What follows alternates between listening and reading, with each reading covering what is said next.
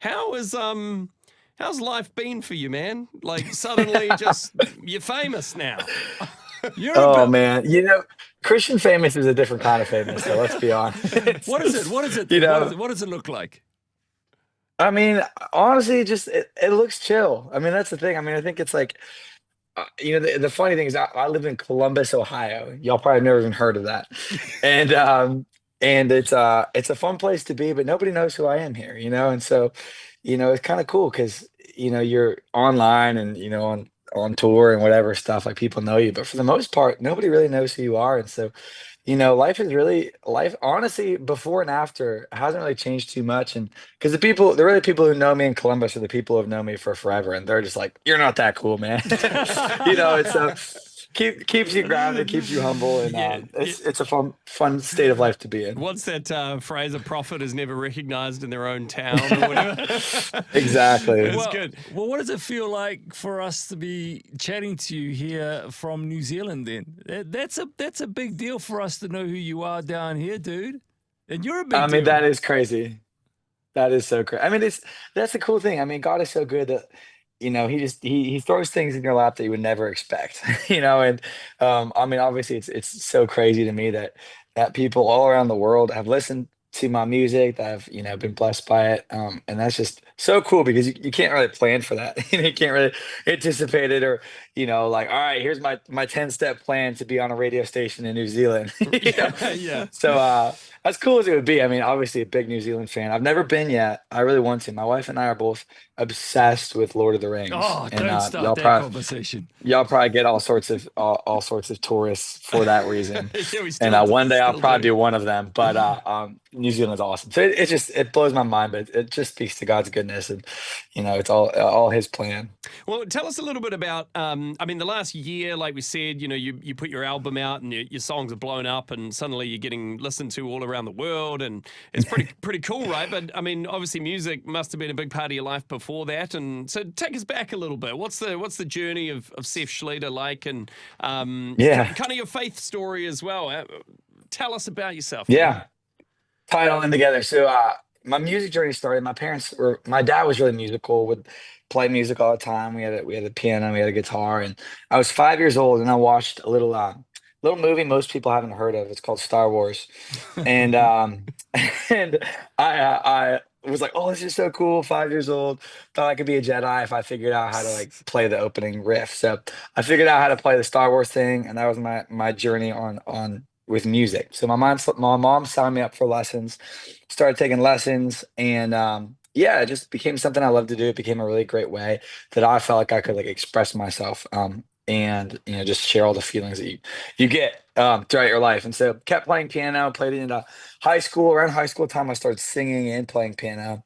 And that was like just fun. And again, for me, it was because music just moves my heart in such a real way. Like I just felt so um moved by music and just songs and what they can do for you. And so was really moved by music. And right around that time in high school too, I was kind of going through a little bit of a faith crisis of like, all right, I've grown up in this faith, but like, what does it really mean to me? And is it just something my parents did that I've been taught, or is it something I actually, believe in? And kind of went through that whole journey too. And, had moments where I really kind of, felt like God was real, but like he didn't really care. Like I'm like, all right, God is real, but he doesn't actually want a personal relationship with me. Like he's just some guy far up in the sky that gave us his Bible, gave us the church, but I can't actually like have a real relationship with him. And that kind of just took me through different seasons, and eventually got to a place where I just really was like, no, actually this is the Lord. Like he wants a real relationship with me. He wants encounter with me. And a big factor in that was worship music, just coming across worship music, and seeing the Lord just touched my heart through that. And from that moment on, I was like, I feel like music is takes on a new meaning for me, and I want to actually like play worship music and lead this because I encountered the Lord through it, and I want everyone to encounter the same Jesus that I encountered. And so picked up a guitar, started singing some more. Right out of high school, I ended up joining a ministry in Ohio called Damascus, and ended up joining their worship staff there. And now around that time was when I started leading worship, or writing music for like the first time. And so started writing music, and then just started releasing stuff that seemed to be tracking with people, and then that got the attention of label people in Nashville, and then one thing leads to another, and the next thing you know, I'm signed to a record label, and Still doing worship stuff in Ohio, and that's kind of the brief journey of where I've been on, and just passionate about people encountering Jesus. Well, when is the big move to Nashville happening? Because it seems like every Christian artist we've almost ever interviewed is like, "Yeah, I live in Nashville." We're like, "Okay." We've talked about it early on. I felt like I was going to. I was like, I'm gonna go there. This makes the most sense. Now I'm very much like, I don't think I'm going to. And I think that there's kind of a couple of reasons. Like one, our community is down here that I'm still really involved with, and it's been a big blessing for me. We have family around here, which is really helpful for when I'm on the road. And then also like I think there's something neat about being like separate from it and having some distance. One, from like a work-life balance. I feel like if I was there, my tendency would be make it really hard to like shut off the work thing. I feel like I would always have to have meetings and always have to be writing and always have to be doing these things. And then also too, I think like there's something neat about the cool thing, the interesting thing about Nashville and in the music industry is you have so many artists that are there, but also writers that are there. That's where like all these songwriters live that you write with. And what can happen gradually without even realizing it sometimes is when all the artists are writing with all the same people, the songs can all kind of start to sound a lot more similar. Because again, they're writing with the exact same people. And so to be able to kind of be away from that a little bit and have a little more distance, I feel like helps me as a writer too, to be able to like, oh no, this is what I want to sound like, this is what I want to do.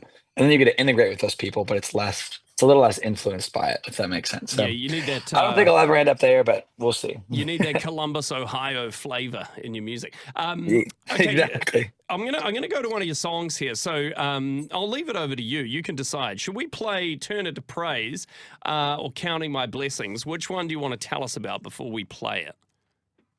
Well, let's do Turn It to Praise. All right. And what's the genesis of this song? Where did it kind of come from? Intro it for us, and we'll come back and we'll have a bit more time with you.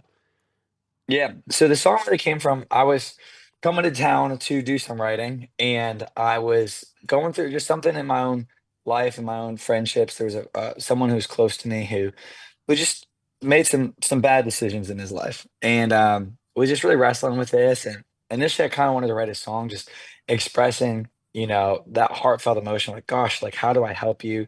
How do I like lead you to the Lord? Just because that was what I was feeling. But kind of the song ended up morphing into be like, instead of like this sad, like, God help me kind of thing, it was more of like, well, what if we declare the victory now? Like, what if we already turn it to praise? And so I had this idea going through my mind already, like, God, you take what the enemy meant to destroy me and turn it to glory.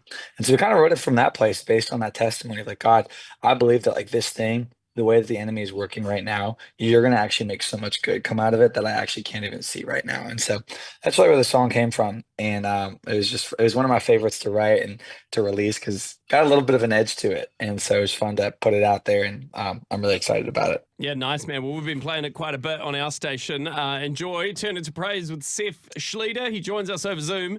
More with him up next. You're on Life FM. How many people get your name wrong, Seph? Because I was saying your last name incorrectly for a while there until I heard the proper pronunciation, which I hope I'm getting right. Yeah, I was very impressed with how well you said it. People say it wrong all the time. I did it to myself, man. I'm like the hardest name to pronounce in Christian music. So the it's Seph Schlueter. The way I always tell people at my concerts, I'll say it's Seph, which is like Joseph without the Joe, or Sephora without the aura. And then last name Schlueter. And the easy way to remember this is when I'm one of six, and when my mom was pregnant with baby number six, I begged her to name him Peter because I thought Peter Schlueter would be the coolest name. And she didn't go for it, so there was no Peter Schlueter. But it's an easy way to remember the name now. Oh, that's so good, man. Hey, when we jumped on with you off here, we were saying, for us, hearing you and seeing you blow up in 2024 is congratulations to you, Seph, on all that Thank success. you. But we know it's been a journey. You've talked briefly about the journey, and we know with journeys, there's always really cool times. There's hilltops, but there's also valleys as well.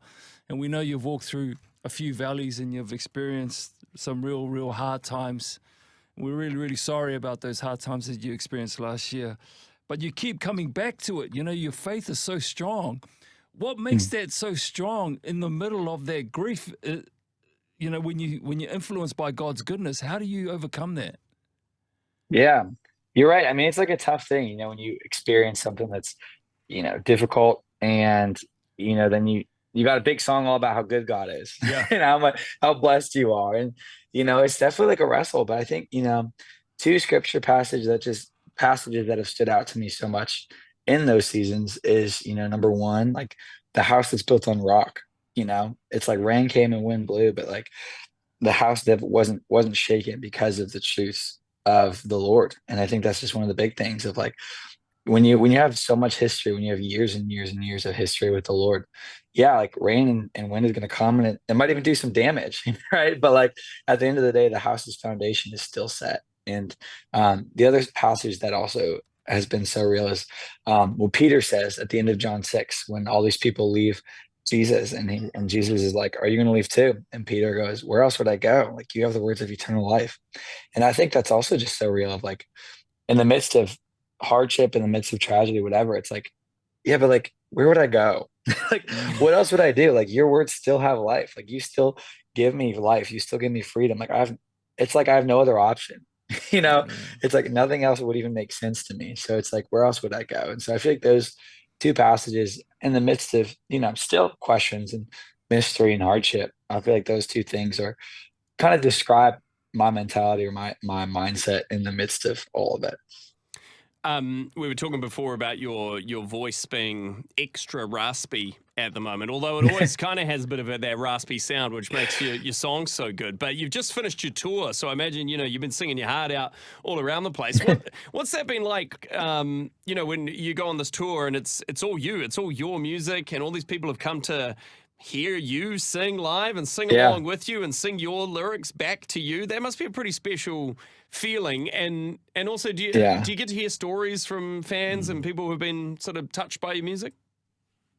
Yeah, man. I mean, honestly, it was super surreal because it's like I was like, they're like, let's do this headline tour. And I'm like, will people come? And I'm like, all right, let's try it out. And then to like see like shows sell out one after the other. And then I'm like, okay, but are like they actually gonna show up? It's like my mind just kept like doubting, like, are we real? I was like, is this real?